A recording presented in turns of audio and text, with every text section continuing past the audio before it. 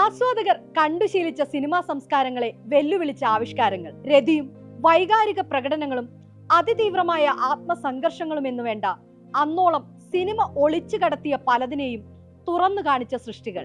Cinema എന്ന മാധ്യമത്തെ സ്വപ്നത്തിൽ പോലും കാണാതിരുന്ന കാലവും കടന്ന് സിനിമാ ലോകത്തിന്റെ നെറുകയിലേക്ക് നടന്നുകയറിയ കലാകാരൻ കിം കി-ഡൂക് എന്ന സംവിധായകനെ ലോക സിനിമയിൽ വ്യത്യസ്തനാക്കിയ ഘടകങ്ങൾ ഏറെയാണ്. കിമ്മിന്റെ സിനിമകളിലൂടെ സിനിമാ പ്രേമികൾ പുതിയ കാഴ്ചാശീലങ്ങളെ പരിചയിച്ചു. അന്താരാഷ്ട്ര സിനിമകളെ നെഞ്ചേറ്റിയ കേരളത്തിലെ ആരാധകർക്ക് അവരുടെ പ്രിയപ്പെട്ട വിദേശ ചലച്ചിത്രകാരന്മാരുടെ പേരെടുത്താൽ ആദ്യ സ്ഥാനങ്ങളിൽ തന്നെ കിം ഉണ്ടാകും എന്ന കാര്യത്തിൽ തർക്കമില്ല. കിം ചിത്രങ്ങളിലെ ലൈംഗികതയും വയലൻസും എല്ലാം വിമർശകരെ സജീവമാക്കി നിർത്തിയപ്പോൾ സിനിമാ പ്രേമികളെ ഉന്മാദത്തിന്റെ ആസ്വാദനത്തിന്റെ വിവിധ തലങ്ങളിലേക്ക് കൈപിടിച്ചുയർത്തി. ലൗകിക സാത്വിക ഭാവങ്ങളിൽ ഒരഭിനവ ബുദ്ധനെ തന്നെ കിം തന്റെ ചിത്രങ്ങളിൽ വരച്ചിട്ടു. 1996 ക്രോക്കഡൈൽ എന്ന ചിത്രവുമായി കിം സംവിധായകനായി അരങ്ങേറ്റം നടത്തി. പിന്നീട് തുടർ വർഷങ്ങളിലും കിം ചിത്രങ്ങൾ പ്രേക്ഷകരിലേക്ക് എത്തി. Wild Animals, Bird Cage Inn, the Isle, Address Unknown, Bad Guy, the Coast Guard തുടങ്ങി കത്തുന്ന പ്രമേയങ്ങളുമായി എത്തിയ ചിത്രങ്ങൾ ഒരേ സമയം വിമർശകരെ വെല്ലുവിളിക്കുന്നതും ആസ്വാദകരെ അതിശയിപ്പിക്കുന്നതുമായിരുന്നു. അടിസ്ഥാനപരമായി മനുഷ്യൻ ഒരു ഹിംസാത്മക ജീവിയെന്ന് കിം തന്റെ ചിത്രങ്ങളിലൂടെ അടിവരയിട്ട് പറഞ്ഞു. മറയില്ലാത്ത സെക്സും വയലൻസും ബ്ലാക്ക് ഹ്യൂമറും കൊണ്ട് നെയ്തെടുത്ത കിം ചിത്രങ്ങളെ കൊറിയക്കാർ അത്ര കണ്ട് സ്വീകരിച്ചിരുന്നില്ല.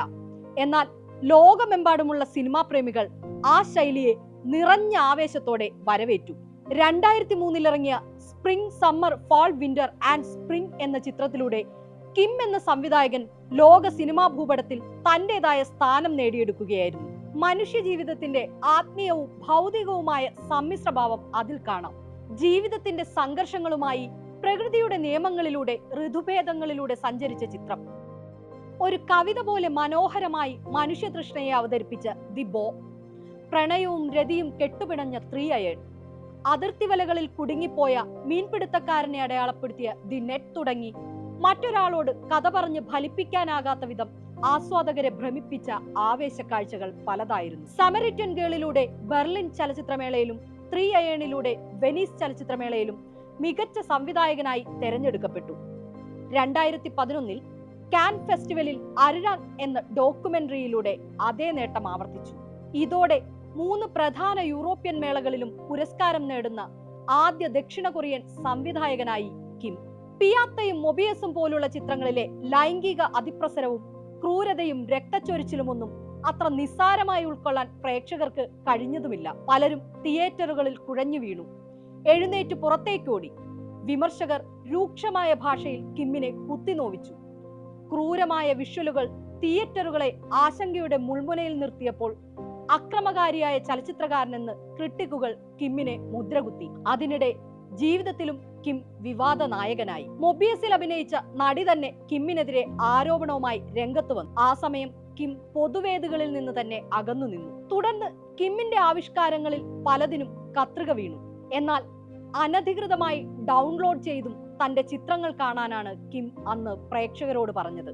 എന്നാൽ മനസാന്നിധ്യം വീണ്ടെടുത്ത സിനിമാ പ്രേമികൾ വീണ്ടും വീണ്ടും കിം ചിത്രങ്ങൾക്കായി നീണ്ട വരികളിൽ കാത്തുനിന്നു. തിക്കിത്തിരക്കിയും നിന്നും നിലത്തിരുന്നും മലയാളികൾ ഉൾപ്പെടെയുള്ള പ്രേക്ഷകർ കിം ചിത്രങ്ങൾക്കായി സ്വന്തം കണ്ണും കാതും നീക്കിവെച്ചു. സദാചാര മൂല്യങ്ങളും പൊതുബോധവും ലൈംഗികതയുടെ അതിർവരമ്പുകളുമെല്ലാം മാറ്റിവെച്ച അവർ കിം ചിത്രങ്ങളെ ഏറ്റെടുത്തു. ഒപ്പം ഏറെ ഗൗരവത്തോടെ വിമർശിച്ചു. പൊതുസമൂഹത്തെ ഭയന്ന് സാധാരണ മനുഷ്യർ ഉള്ളിൽ അടിച്ചമർത്തി വെച്ച വികാരങ്ങളെയും വിചാരങ്ങളെയും കിം നിർവചിക്കാൻ കൂടി ശ്രമിച്ചിരുന്നു എന്ന് അവർ വിലയിരുത്തി. 20ഓളം ചിത്രങ്ങൾക്കാണ് കിം ജീവൻ നൽകിയത്.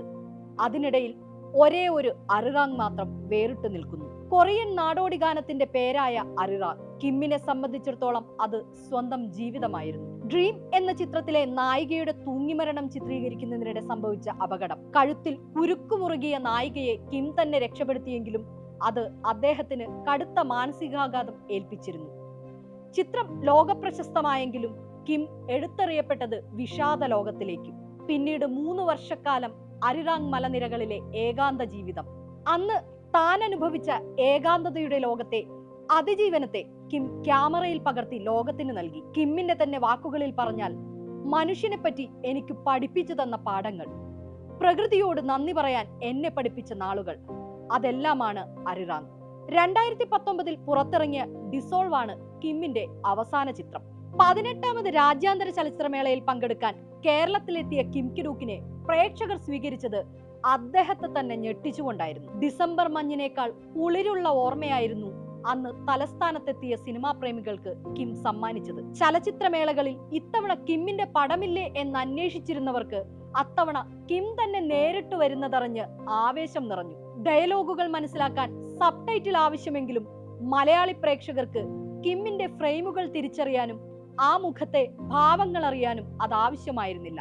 തെരുവുകളിൽ നടക്കാനിറങ്ങിയ കിമ്മിനെ അവർ തിരിച്ചറിഞ്ഞു, അടുത്തു ചെന്ന് സ്നേഹമറിയിച്ചു. ചലച്ചിത്രമേളയുടെ ഉദ്ഘാടന വേദിയിൽ ഉച്ചത്തിൽ കിമ്മിന് ജന്മദിനാശംസകൾ നേർന്ന മലയാളി പ്രേക്ഷകരുടെ സ്നേഹത്തിനു മുന്നിൽ ആ സംവിധായകൻ കൈകൂപ്പി.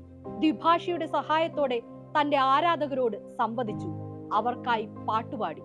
ഇത്തരമൊരു സ്നേഹം നേടിയെടുക്കാൻ റഷ്യൻ മാസ്റ്റർ ചലച്ചിത്രകാരന്മാർക്കോ യൂറോപ്പിലെയോ ലാറ്റിൻ അമേരിക്കയിലെയോ ചലച്ചിത്ര മാന്ത്രികതയ്ക്കോ കഴിഞ്ഞിട്ടുണ്ടോ എന്ന് സംശയമാണ്. 2020 ഡിസംബർ 11 തന്റെ 59ാം വയസ്സിൽ ലാത്വിയയിലെ ഒരു നഗരത്തിൽ വെച്ച് ഈ ലോകത്തോട് വിട പറഞ്ഞ കിം എന്ന സിനിമാ മാന്ത്രികനെ ആരാധകർക്ക് അത്ര എളുപ്പം മറക്കാനാവുമായിരുന്നില്ല. ഓരോ രംഗങ്ങളിലും പ്രേക്ഷകരെ ത്രസിപ്പിച്ച, അല്ലെങ്കിൽ ഭീതി ഉണർത്തിയ അദ്ദേഹത്തിന്റെ കലാസൃഷ്ടികൾ അവർ വീണ്ടും വീണ്ടും കണ്ടുകൊണ്ടിരിക്കുന്നു. ഇനിയും ഏറെ പേരിലേക്ക് കൈമാറിക്കൊണ്ടിരിക്കുന്നു.